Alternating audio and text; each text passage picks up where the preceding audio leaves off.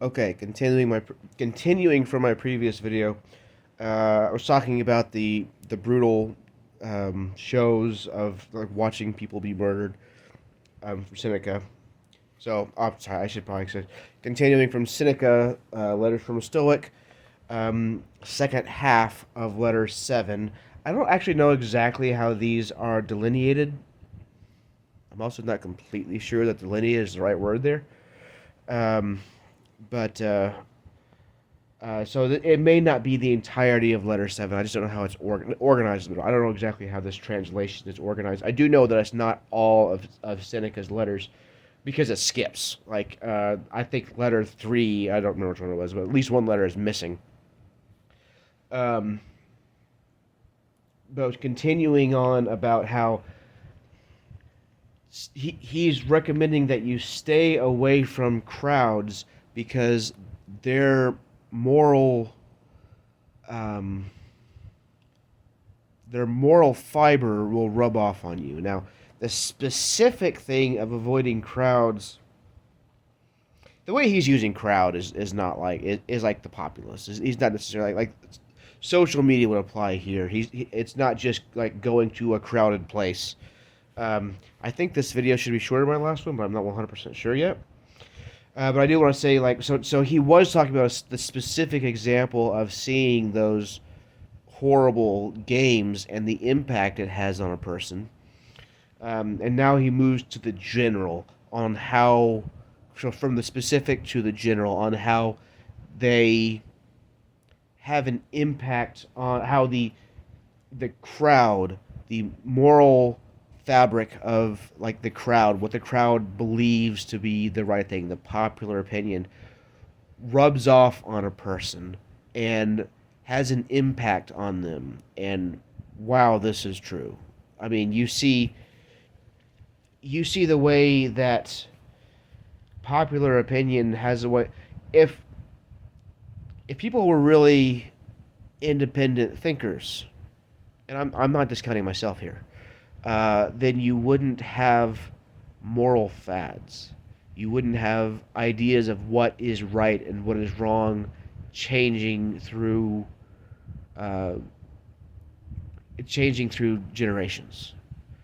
Uh, so that's just the way that people tend to leech their ideas off of the crowd.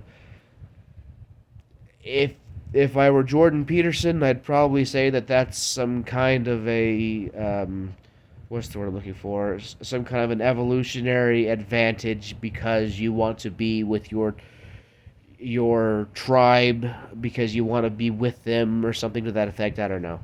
Um, but anyway, so what Seneca says here is when a mind is impressionable and has none too firm a hold on what is right.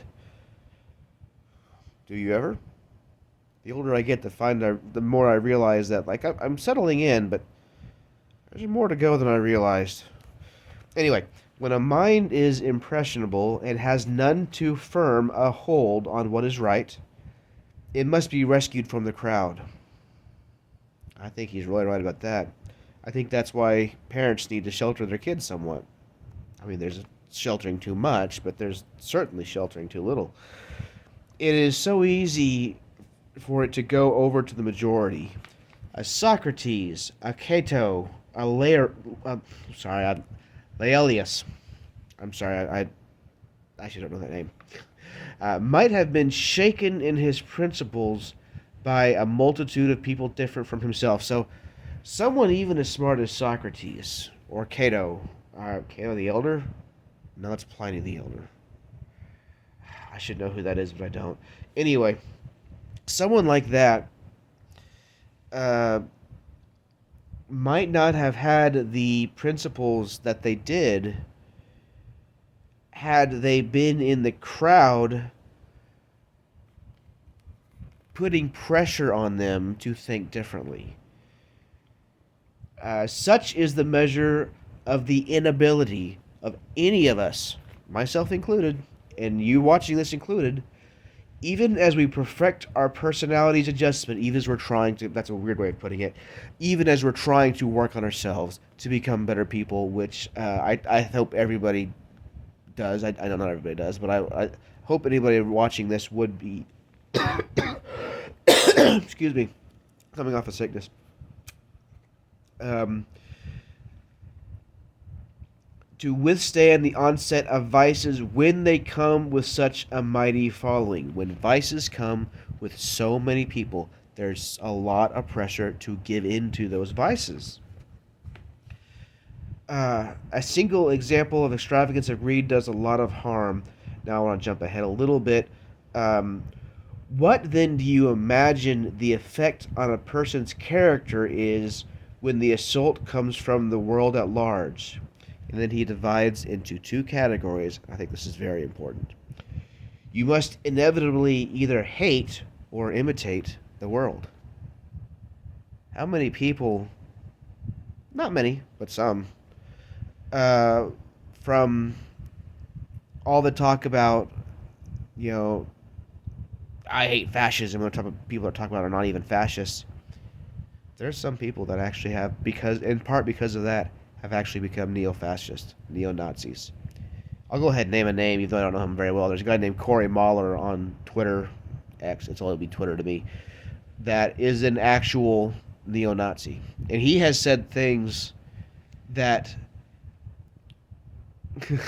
it's kind of funny.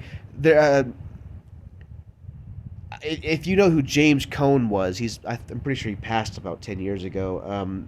He was a black theologian. It's called liberation theology, and he hated white people. And one of the things that he said was that white people can only be saved basically through black people. And I saw Corey Mahler post on Twitter the same thing in the opposite direction. It's crazy, absolutely insane. But there are people that whenever they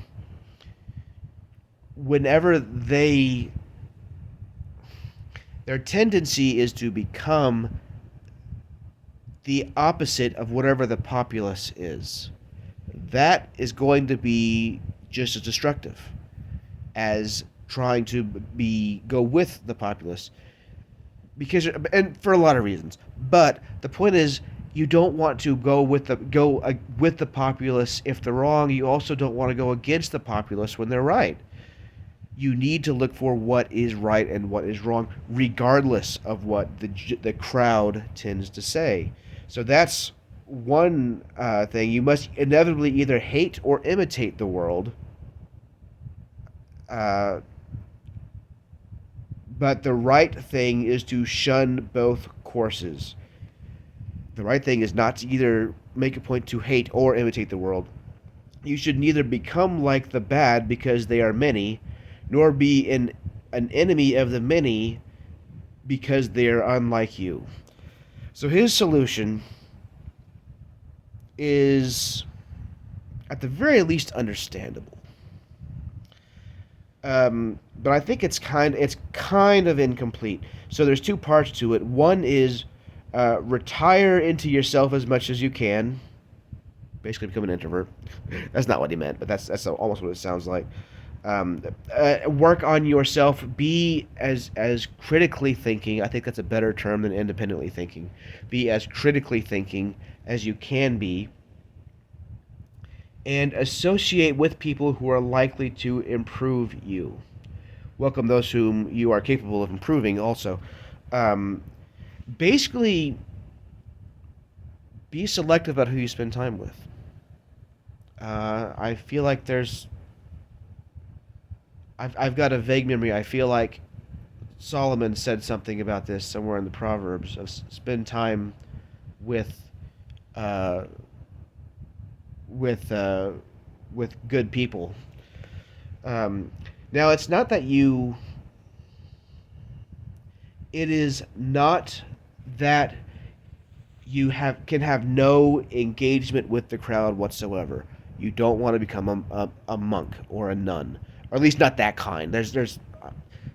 I guess I'm using being a monk and a nun is a lot broader. It doesn't necessarily mean you exclude yourself from the world, but that kind of monasticism is what I'm talking about.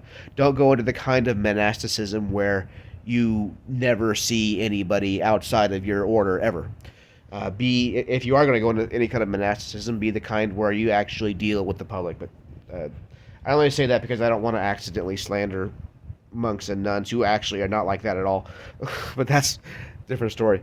Um, you do want to influence the crowd. Look, I mean, this is literally it's not mass market paperback, but it's Seneca has had an impact.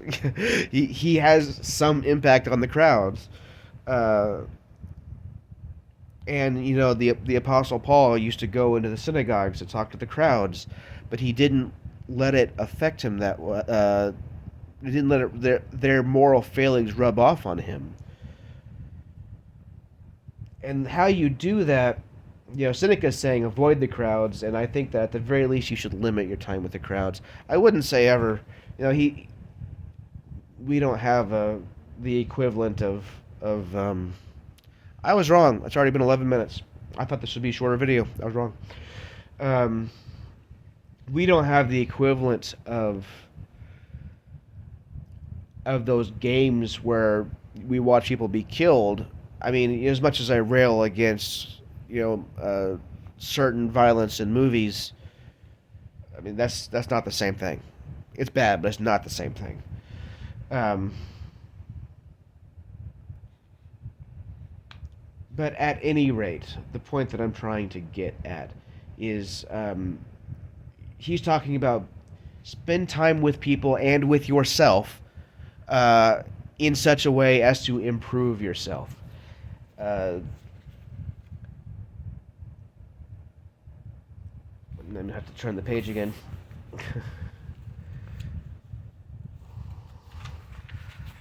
The rest of this letter, I'm not even sure I want to talk too much about, especially since I've already been to 12 minutes.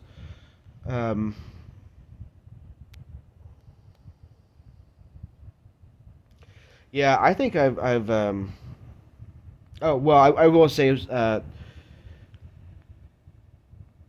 I will go ahead and finish off with something that he says towards the end. Lay these up in your heart, my dear Lucilius, that you may scorn the pleasure that comes from the majority's approval. Scorn the pleasure that comes from the majority's approval. The many speak highly of you, but have you really the grounds for satisfaction with yourself if you are the kind of person the many understand? That just almost seems arrogant. Not almost. That is a little bit arrogant, I have to admit. But I understand what he means at the very least, and I think there's at least some truth to it. Then the last thing he says in letter 7, your merits should not be outward facing. I have to admit I don't 100% agree with that. But I would say your merits should not only be outward facing.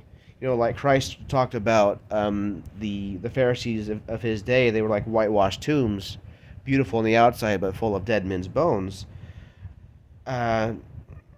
Your marriage should be visible to others, but there's two parts about that. One, it shouldn't be strictly for their benefit, because it's not really for their benefit. Your marriage should not be alone. Your merits should not be the should not be primarily for others to see you. That was another thing with the Pharisees. That was a constant theme about the Pharisees, about people.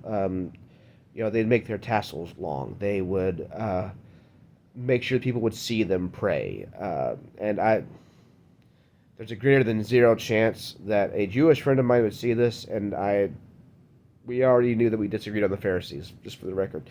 But anyway,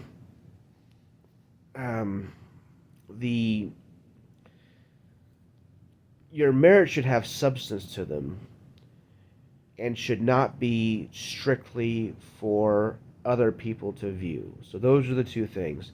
You shouldn't be doing good work because you want other people to see you. Christ said that people that do that, they have received their reward. Whenever they sound trumpets, whenever they give money to the poor, so they have people following with trumpets to sound, hey, look what this great thing I did. Christ said they've received their reward.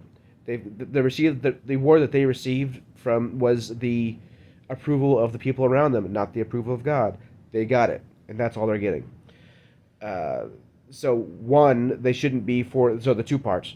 One, they shouldn't be just for people to see, and two, they shouldn't be without substance. They shouldn't be whitewashed tombs. Well, that like 9:35 now, but I'll go ahead and cut it off there. Let's see if TikTok will let me upload this video.